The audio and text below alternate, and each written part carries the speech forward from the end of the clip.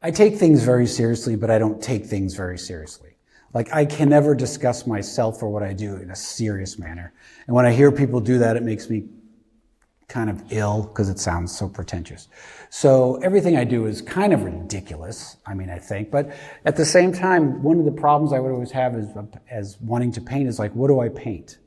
You know, I'm not going to paint bowls of fruit all day or water lilies. This is just not my world.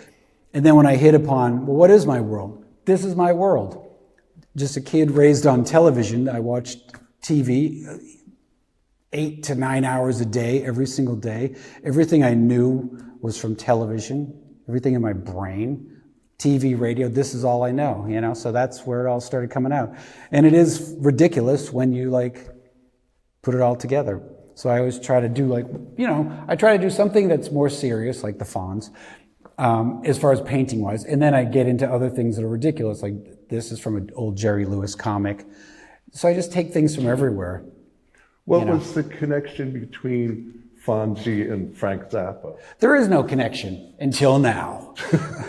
But that's how it usually goes. I mean, it's like here, it's like Frederick March as, Mr. Hyde. But then does it tie into the animated version of the Beatles? Yes, it does now. I don't know. It just, in my mind, it makes sense. These are all the things that are going through my head. Or sometimes it's as simple as that's the music I'm listening to while I'm painting. Or a lot of times I would have a little TV next to the canvas and I would actually be watching TV while I was painting. Oh. Because I can never... Like Warhol. I can't focus on one thing. I have to have a lot of things going.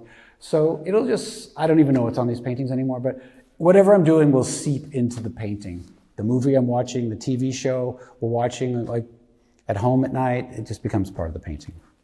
What's your process? Do you start with a drawing or a collage, or how?